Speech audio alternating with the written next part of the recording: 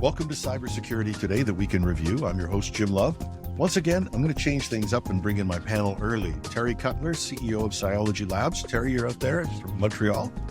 Good. And David Shipley from Beauceron Security in Fredericton. Welcome. Good to see you again. The news this week, it's another bombshell, another global outage affecting Microsoft. But two other stories caught my attention because Microsoft, believe it or not, was not everything that happened.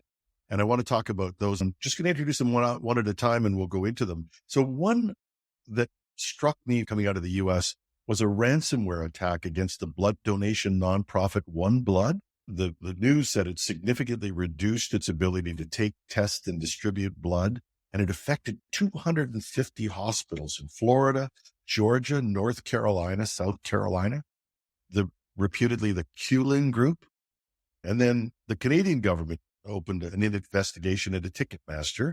So there's a couple stories I want to talk about. So let's start out with OneBlood. This OneBlood has really drawn a straight line between life and death with a hack. I mean, as horrible as it is, if you're a cancer patient or someone who needs life-saving surgery like a bypass, delays are horrible. But when you shut down blood, you not only delay so-called elective surgery and change a schedule, you shut down emergency surgery. And we don't have ambulance sirens up where I live. I don't live in a large city. But with the long weekend coming up, we see helicopters rushing to take accident victims to hospital where they need surgery, and you don't do that surgery without blood. Have we hit the breaking point now of hacks to our health infrastructure? When it comes to healthcare, I keep wondering exactly what that breaking point needs to look like. I mean, let's rewind for a second and recap for listeners. This has been the worst year across all elements of healthcare that we have ever seen in history. We have the United Health Charge Healthcare billion-dollar cost to that business alone, let alone the multi-billion-dollar havoc to the U.S. healthcare system. We have hacks against major pharmaceutical chains, notably London Drugs here in Canada, others in the United States. We have other services, particularly this service, but also mental health. And let's recap what some of these impacts are. Even the outage that happened 10 days ago with CrowdStrike brought down some 50,000 devices inside the British Columbia health sector, which equivalently was the same impact as a ransomware attack. What do we know about these attacks? When IT systems go down, when these services are unavailable, patient care is degraded. Wrong calls are made on diagnoses, on treatments, drug mix-ups happen, additional dosage happens with radiation and diagnostic imaging. Bad things happen that impact patient life outcomes consistently. So we are seeing people die in ambulatory and emergency care situations, and we're seeing people's lives short from these attacks. And yet, Jim, I don't think a damn thing is changing. I just don't see the massive lift required in Canada to invest in not just cybersecurity, because you can't tool your way out of this the way you can a bank, because you have this spectrum of patient care that if you over-rotate on security, and there was a fascinating study on this, you'll actually increase heart attack and negative outcomes in ERs because nurses aren't able to log in fast enough to get timely information. So you've got to balance this. And I'm just not seeing the interest and investment in this area. In Canada, the narrative continues to be dominated about staffing or facilities and not about IT. In the United States, there's a glimmer of hope in tying Medicare payments and the speed of payments in crisis to security outcomes and hygiene. But here in Canada, not even on the radar. Maybe I can give a little glimpse under the hood of what's happening often in healthcare. So we do a lot of audits on healthcare. We're dealing with environments that have 18,000 machines each. And we're seeing a constant theme happening here where employees are not happy, they're leaving.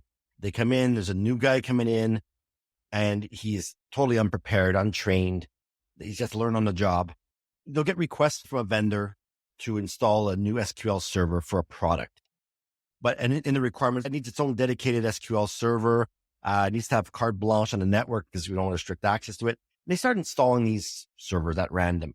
Next, you know, they're up to 2,400 servers in one department. It gets astronomically out of control. And you can't mass patch these things because a lot of them are 24/7 operations. It requires change control. And if you want to say, okay, we're going to upgrade these servers to the latest patches this weekend. Somebody is going to throw a wrench in. Oh, I need these servers up. We're doing some type of operation. And now the whole project got pushed again for another month. But during that time, if there's a critical vulnerability that's exposed, the hackers have this window of time to exploit this thing. So if it's exposed, they're going to get hit. And a lot of times they're using so many different cybersecurity tools. And this is a big problem we're seeing right now, is that they need to start consolidating all these security tools to a minimum. We have some companies that have 27 tools and they're trying to piecemeal what's going on. We had a situation where it wasn't a ransomware, but it was a weird incident happened on one machine and it was propagating across the network. So in order for us to really get a handle on things, we had to have 27 people on a Zoom call. So because the server department uses one piece of software, the desktop uses a different solution, and the network has a different solution. And everybody had to be on the call to try and piecemeal what just happened, and it still couldn't really get done. So yeah, and I would just say one thing, Jim. I think as I've been reflecting on this past year, I don't think we can drive the kind of change we need in the healthcare system without physicians being required to learn and understand about the importance of information technology and their ability to deliver patient care. And I'm starting to think that medical schools in this country and medical societies have a role to play in either continuing education or the initial education of physicians, because they're not getting it. They will turn on IT teams in a heartbeat because, my spouse works in healthcare. They're tired. They're stressed. The gratitude that existed in the early days of the pandemic no longer exists, and it's past the breaking point, particularly in Canada. But without understanding the context of these things, then the story that Terry has told will continue to pile on. And as we see government money, we have to spend smarter, and we have to do change management, and we have to have culture that values technology's ability to influence patient care and outcomes. And I don't think that exists yet. But without advances in technology, the healthcare system melts down. And I don't know, I can't tell you when exactly, but it melts down. So without that technology, we're not going to be able to continue to give healthcare to people at any level that we expect. Here's a challenge for you, Jim. We're still dealing with Windows XP, maybe because it controls the software to the door locks. And that stuff, XP does not work with the latest technology. It doesn't work very well, in fact. And I'll add one thing, like we still have a healthcare system in this country, in Canada in particular, where donors, like we have this myth, and it is a myth, of a universal healthcare in Canada. We have a universal single payer. And then we've got this healthcare delivery network that is subsidized by private donors, those hospital charitable foundations doing their lotteries around the country, buy the equipment. And then whether it's the equipment that the hospital actually needed or not is often debatable sometimes, but the long-term operationalization and sustainability, though, just get dumped on a system that's already broken. We need to retool, and we need to revalue the hardworking information technology specialists who understand IT and healthcare together. And I'm telling you, they are undervalued and massively overworked. I'll give you an example, and this is not to pick on doctors, but let's pick on doctors for a second. A friend of mine knows a person, I think it's really reliable, who makes more than $400,000 a year reading X-rays. They're a doctor. Yeah, so radiologist. That could be automated. There's just no question, and nobody come back to me and tell me, oh, but the great experience of doctors. Crap. This can be automated. The stats are there, but we're not moving on that. We have huge technical debt. We're still using XP. Like, come on. Yeah, it's amazing. Well, I will say this: a well-trained radiologist finding the smallest speck of cancer is worth every penny. I know I won't devalue that side, but I'm saying the architects who build the digital systems, the PAC system, the network, the thing that enables the radiologist to do their job is also worth more to that hospital than what they're being paid. That would be my argument. But don't spend that money on a radiologist so they can look through routine stuff. If you've got that level of skill, and by the way, I'm not taking away that level of skill may well be worth that, may be worth more, but don't make them flip through paper or go through routine X-rays and all of that sort of stuff at those costs.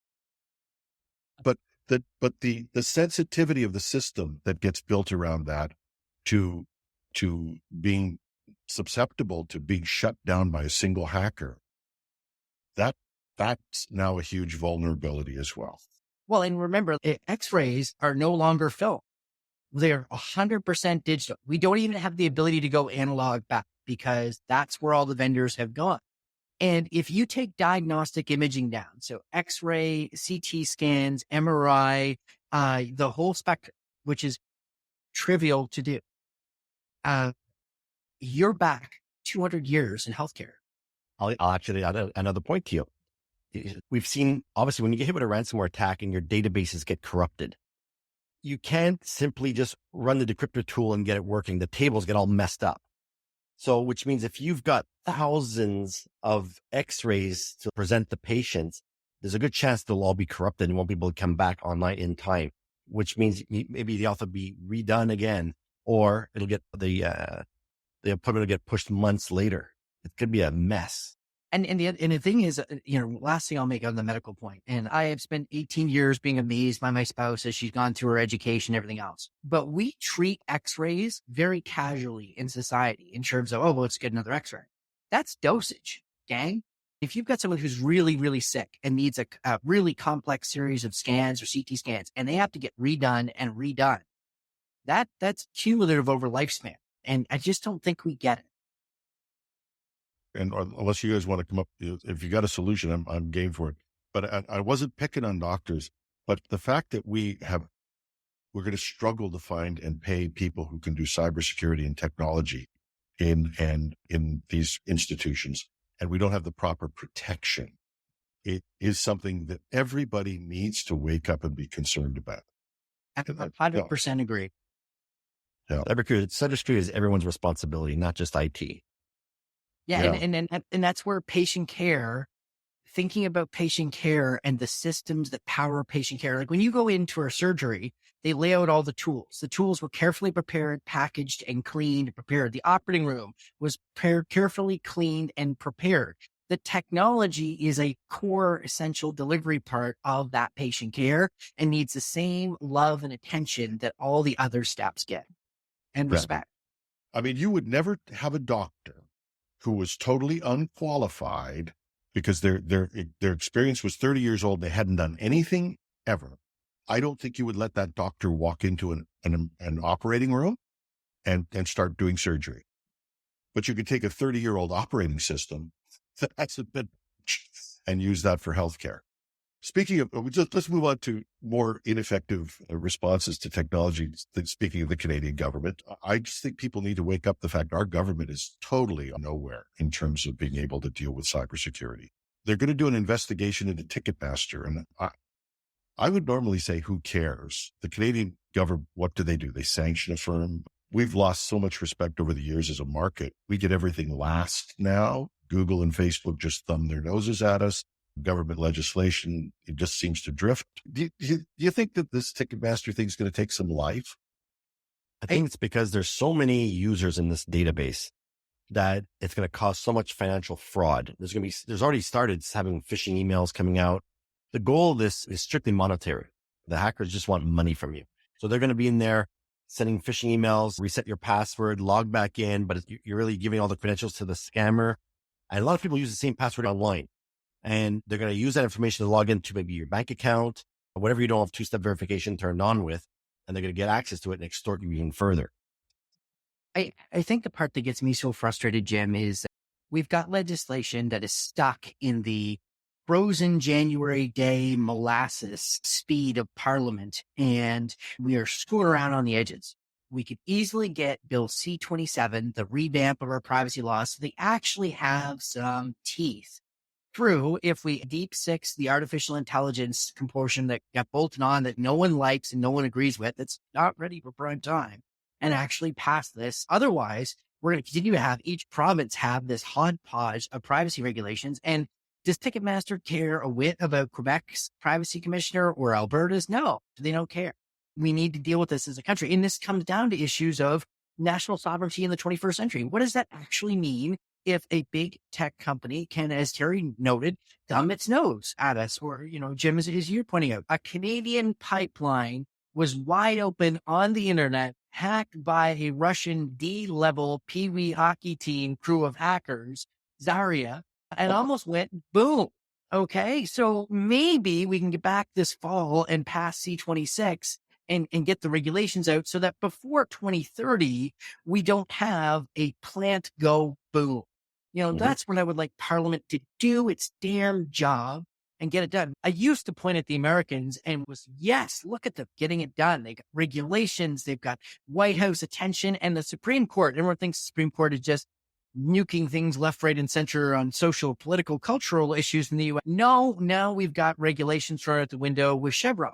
So all of those good things that we saw coming out of the U.S. to actually deal with the mess, they've rolled back the water plant cyber safety regulations are now deemed unconstitutional because Congress hasn't passed specific laws specifically giving the powers. The U.S. Congress is now going to have to get more literate than regulators on issues that change on a monthly basis. And here in Canada, we aren't even showing up to play ball.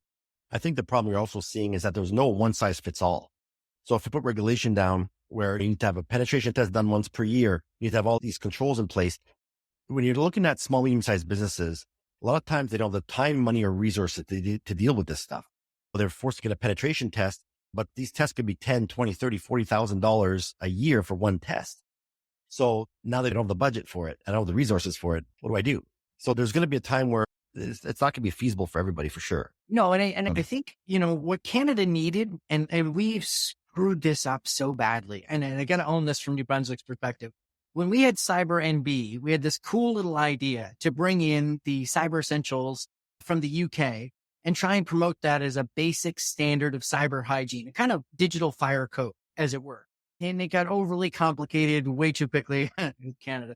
Now we got this off in the winds, kind of partially abandoned national cyber certification that's halfway between the original intent of Cyber Essentials and ISO, for example. What we need small and medium-sized businesses, what would be transformational for the fire code? Because we didn't start with the fire code we had today when we had our very first fire code. It'd be nice. Mandatory MFA, mandatory tools to prevent password reuse, security awareness education. Like start with 3 simple wins. And every small business that's it. We're talking $1,000 out. Trust me, if you spend more on coffee for your staff than cybersecurity, you're going to get out. So let's start with a coffee budget size ask for small and mid-sized business. Raise the cost of cybercrime.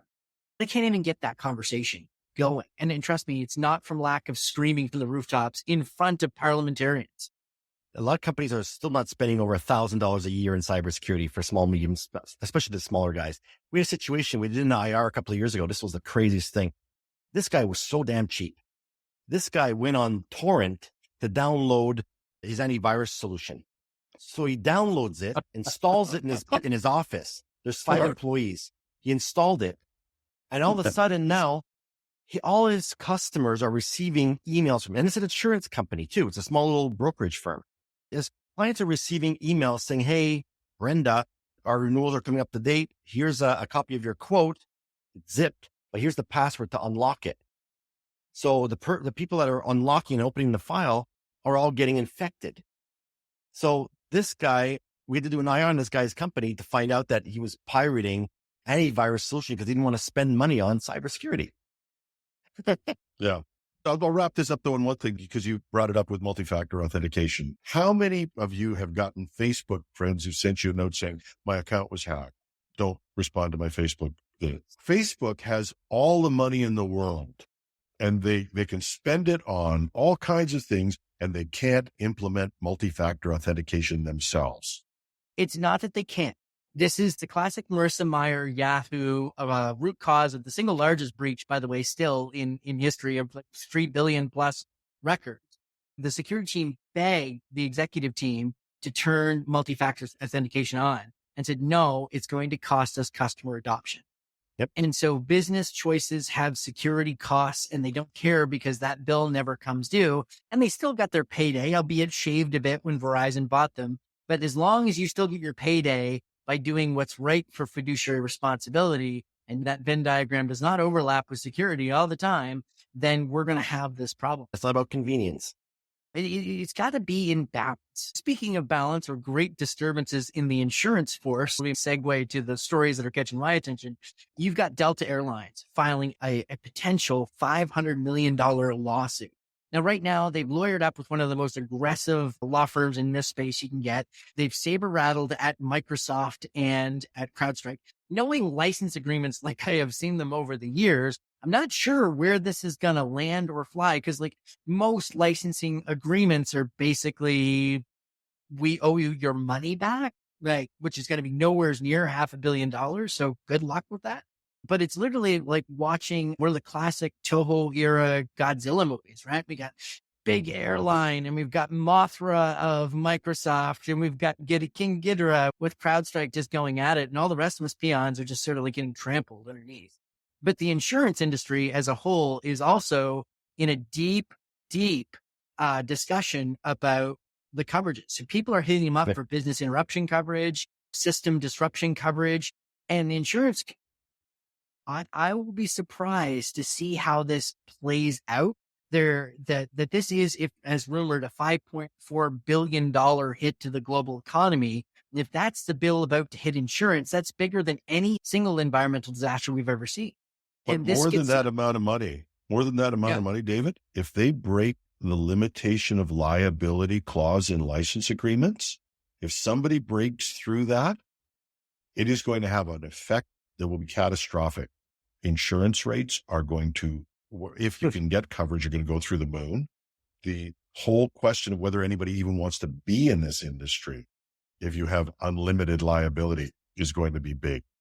I think we're a decade away. I think there are people who will study this in law school in future generations. And remember, breaking unlimited liability is something the Biden proposals, pre the Supreme Court throwing a grenade in regulations in the U.S., we're pushing for, with in terms of getting rid of those software licensing terms. So we got two attacks now. We have an actual courtroom one that's going to advance through. If not, I mean, the best case scenario right now for all of us, honestly, is some kind of a settlement payout.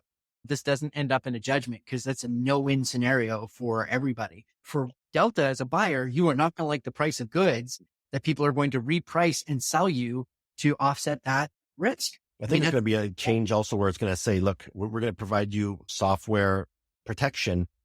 There's going to be a best effort piece in there. And on top of it, if insurance companies are going to start charging you now for disruption, well, you got to prove that it was this software you just bought is the problem. But what if that software had conflicted? Let's take an example of CrowdStrike, for example. So let's say CrowdStrike pushed out an update, but so did Microsoft at the same time. And all of a sudden there was no coordination. And this has happened in the past when I used to work for Novell. Push out a patch, all of a sudden they conflict, things crash. Who's to blame? Oh, but you went out first. You didn't tell me about this. Now there's infighting behind the scenes. The insurance companies don't care. They're collecting their money, and they're not going to pay out because you didn't justify who did it. Well, and I'll add one thing to this very interesting dynamic related to insurance. It's going to be fun to see how this all plays out in terms of all these layers of complexity that you just mentioned. So your point about, we've got software-defined networking, we've got operating systems, we got security systems. So anything that goes to trial is going to go through discovery. And so in that discovery process, Delta, by the way, better be hoping that there's not one of those internal engineer architecture emails saying, by the way, we are underinvesting in our disaster recovery processes and resilience and training budget and all those things. Because not that I'm offering legal advice, because I am not a lawyer, but if I'm CrowdStrike or Microsoft, I am 100% going for your throat on the other side about your resiliency practices and investments, because they weren't the only airline that used CrowdStrike that had an outage, but they were the only airline that had an outage that was this severe. And so what gets really interesting, again, the legal wrestling match, this is WrestleMania for cyber. Like, this is the big one where Hulk Hogan's ripping his shirt off. This is going to set precedent around process, around investment, around liability. Big. That we raised here. They don't have to win this lawsuit. The insurance company may settle just so it doesn't have to go through discovery, because Delta may freak out and say, we've seen an example of this with Fox News, where they allowed the whole discovery to go on and then settled for billions of dollars. We've seen that movie. Nobody's going to go through that. again. So in effect, the limitation of liability clause might get broken by sue and settle. That's still going to have a huge impact on rates, on coverage, and all of those things that smaller companies need. If you're Delta, you've got resources. If you're a mid-sized company that's trying to get cyber insurance, you're going to get hit with rate increases that you've never seen before, or potentially no coverage. Raises a key economic point that I'm trying to go back to the governance issue. So in the banking system, when the banking system failed spectacularly in 2008, the cost of that failure was not absorbed by the banking system. It was absorbed by society and our economies writ large. We all paid the price of that speculative gambling bubble in a fancy business suit. We are all collectively going to pay this $5.4 billion and have not a whit of say in setting up structures and conditions that will prevent the $10 billion one, the $20 billion one. This is a precursor. It is not the end of the chapter. It's the end of the beginning chapter of an entire book of pain that we're going to continue absorbing in society. Maybe I can add something to that point. So, we often work sometimes with insurance companies, but we work a lot more, obviously, with small, medium-sized businesses who incorrectly fill out their forms that they have all this cybersecurity technology in place. Do you have a SOC? Are you monitoring your logs? Are you doing MFA? Do you have this? Yeah. I got everything. And next, they get covered. But I'm like, you can't just fill that out. But yeah, I got covered. So if something happens, they're going to pay me. Like, no, they're not, because they're going to see that you lied on the form. You filled it out correctly. What we need to try and do is maybe work closer with the insurance companies to run an audit or a quick scan to see if they really have what they say they have in place. So this way you can actually insure them properly. And Terry, I know of he's a character in the Canadian cybersecurity scene. A couple of years ago, he said in between gigs, he was hired by one of the major insurers and he was dropping in on mid-sized firms, and he would check the boxware, and he would fail them. And not only did the cyber insurance coverage get yanked that day, all of their insurance coverage, their D&O, their business liability, all of it was gone that day. Crazy. So the bill for fibbing on those assessments. Just call me a crazy fool, but maybe the insurance company should be also helping people remediate these risks instead of just hoping that they can cut off the coverage. Just a thought. So I asked that question, and they said, well, customers don't want to pay to get an audit done on their networks because they'd rather just pay the coverage and that's it. And remember, basically, insurance is amortizing the consequences, right? So we all pay our premiums, a bunch of reasons, and we're all paying. I get it. There are insurance companies out there saying, hey, if you put this limiter on your car so you can't speed, or if you do these sorts of things, I'll reduce your rates. Maybe there's a competitive place that somebody could be in the market that says, if you put these things in place, we'll help you with coverage. Just a thought. Yeah, I think the data still is missing on the actuarial side to actually trace specific actions to specific points of risk on cyber. We've got these tables now for 60, 70 years on cars. Teenage boy, red sports car equals bad thing. Got it. We don't have that in cyber. Oh, yeah. Well, and we've managed to find a whole lot of stuff to talk about. And talk about the elephant in the room. What about the new Microsoft Global Service Interruption? By the way, we got a tip on it from an anonymous CISO. We love you guys.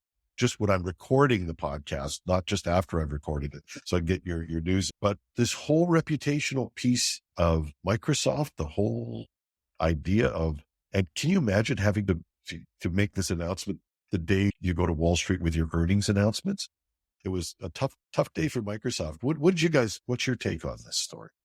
Well, first, mad props to Kevin Beaumont, Gossy the dog on Twitter. I refuse to call it X. And, this is not the first time they've had an Azure level DDoS attack, but it's the first time they've had to own it. What was interesting to me was not only that DDoSes are back in a big way. I mean, this had to be sizable to take down Microsoft. And I start to feel a little bit like New Orleans pre-Katrina with our digital dikes all around this semi-submerged geography of the internet going, I think we're in trouble here. These waves keep getting higher. I think one day this is going to catch up to us in a storm, and it's really, really going to hurt. It was also the DDoS mitigation that made the outage as bad as it was, which I Really? hadn't realized. In Microsoft's post-incident review posting, they talked about there was an uptick in traffic, which was later determined to be a DDoS. Mitigation steps were put in place according to their playbook. Then they realized that they were still having ongoing issues, and they did another mitigation, and they realized that they needed to undo the first thing that they had done because it was actually amplifying and making the situation. And so that is an interesting sort of twist. I've lived through DDoS attacks when I was the lead for the cybersecurity team at the University of Brunswick. We had a kid in a fight with two kids from the GTA and one Midwest US over Call of Duty. They got themselves a 50,000 machine botnet on the cheap, rented it from the Russians, and they pummeled our poor little firewall, a Juniper firewall at the time, into the Stone Age, working through that right in the middle of reading week at a university. Hats off to Microsoft and the engineers there. They're trying to keep Azure running on a day-to-day basis, let alone when someone throws this wave at them. But yeah, mistakes happen. 2 weeks ago, I would have said DDoS, don't CrowdStrike. And then I realized what I just said in there. Terry, I cut you off. You were going to say? Well, I think, going back to an earlier point that they mentioned about legislation, I think in order to combat cybercrime and these DDoS types of attacks, government needs to work closer with the telecom companies, because the telecom companies can see what's happening on the internet and they can see where these attacks are coming in from at a closer base. But in order for you to investigate this, there's got to be subpoenas, there's going to be all kinds of stuff. And you have to know the IP address you're getting, but you're not looking at it as a global picture of the other IPs that are linked with this IP attack. So there needs to be closer collaboration with the telecom firms, because they can see the unknown unknowns. They can see where these attacks are coming from, and even properly, they might be able to attribute where these attacks are really originating from. But this also, a broader issue here is like, we look at these botnets. They are IoT devices that were either had hard-coded credentials or easily patchable, fixable vulnerabilities that were fire and forget bought from Amazon, third-party sellers, you name it, no consequences. Like basically, the digital equivalent of lead paint products back in the day, but shipped out into the digital environment today to kind of paint that analogy, environmentally poisonous and bad for our cyber health, and ship it and forget it, dumped into the marketplace. But also the routers many telecommunications providers provide not getting patched in a timely fashion because efficiency, outage, customer satisfaction, et cetera, which is hard. Absolutely.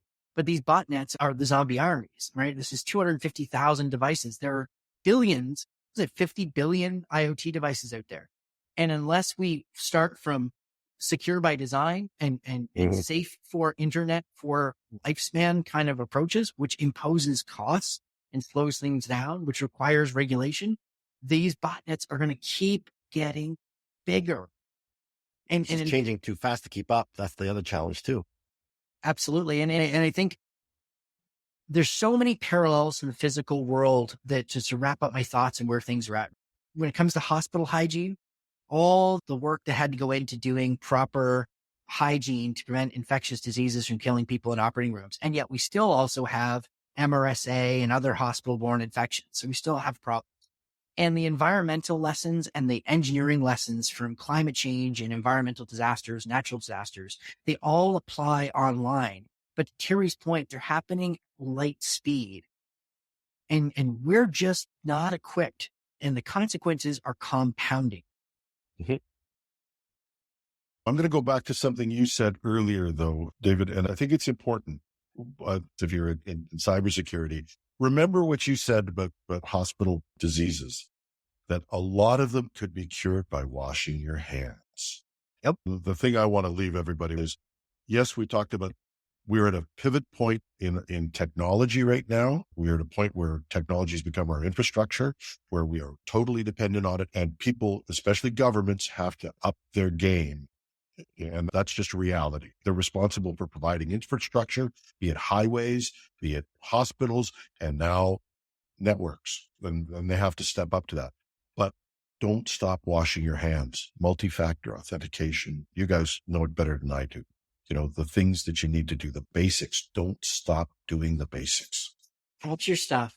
Multi-factor authentication. And if you're stealing your antivirus, God help you. We know the challenges we've been talking about. We've been talking about that for the last 20 years. So ever since I started my ethical hacking career in 2005, we've been talking about the exact same thing all the time. a lot of companies still don't implement 50% of what we're telling them to do because it hinders production or it affects productivity or whatever it is. 50% of the stuff we're recommending doesn't even go into production. What if you buy no other licensed software out there? Make sure that your endpoint protection is the one licensed piece of software you get. Yes, EDR for sure. Please, I'm going to wrap it on that, guys. This has been fabulous, and I hopefully we've left everybody at least a smile. I think Terry, you gave us at least that for the long weekend. Oh, guests today have been Terry Cutler of Cyology Labs and David Shipley of Vulnerabilities Security. Terry, thank you. Thanks for having us. David, wonderful to have you back, our entertainment critic and security expert. Thank you so much. I'm your host, Jim Love. I'll be back with the cybersecurity news on Wednesday morning because it is a long weekend. I hope you'll join us on Wednesday. But until then, have a fantastic holiday weekend.